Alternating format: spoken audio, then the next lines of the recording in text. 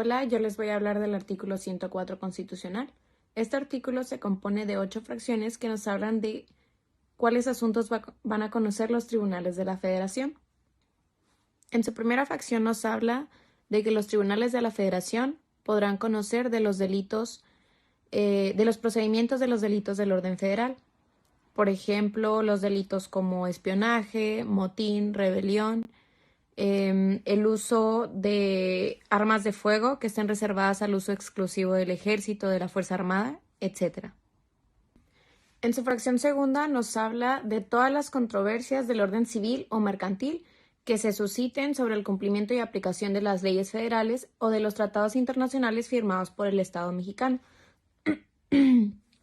Y también en caso de que estas controversias afecten solo intereses particulares y a elección del actor, podrán ser conocidas por los tribunales del orden común.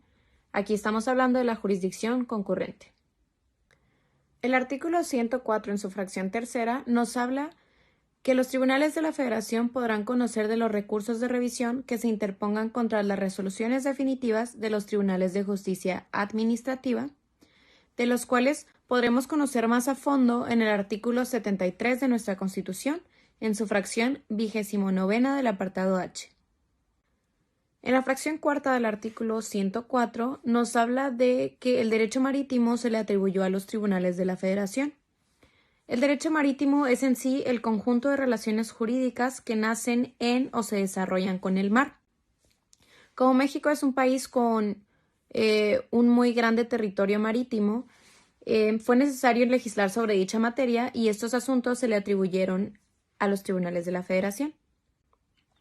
En la fracción quinta del artículo 104 nos habla de que los tribunales de la Federación van a conocer de los asuntos en que la Federación sea parte. En lo personal yo lo entiendo como cualquier asunto donde la Federación tenga pues en sí parte, ya sea como parte demandada o como parte actora. La fracción sexta del artículo 104 es un poquito extensa y nos habla de los asuntos donde la Suprema Corte de Justicia de la Nación va a conocer pues de ellos. En este caso sería en las controversias constitucionales, con excepción a las de materia electoral que se susciten entre la Federación y una entidad federativa, la Federación y un municipio, el Poder Ejecutivo y el Congreso de la Unión, entre entidades federativas, dos municipios de diferentes estados, dos poderes de una misma entidad federativa sobre la constitucionalidad de sus actos, también de un estado y uno de sus municipios sobre la constitucionalidad de sus actos también, de una entidad federativa y un municipio de otra, o de una demarcación territorial del Estado de México, y de dos órganos autónomos y entre uno de estos y el Poder Ejecutivo o el Congreso. También la Suprema Corte de Justicia de la Nación podrá conocer de las acciones de inconstitucionalidad que tengan por objeto plantear la posible contradicción entre una norma de carácter general y una norma de la Constitución. Estas acciones cabe mencionar que podrán ser ejercitadas dentro de los 30 días naturales de la fecha de publicación de la norma general. La fracción séptima del artículo 104 nos habla de que los tribunales de la Federación podrán conocer de las controversias que se den entre una entidad federativa y otra, o donde haya más de dos entidades federativas en conflicto.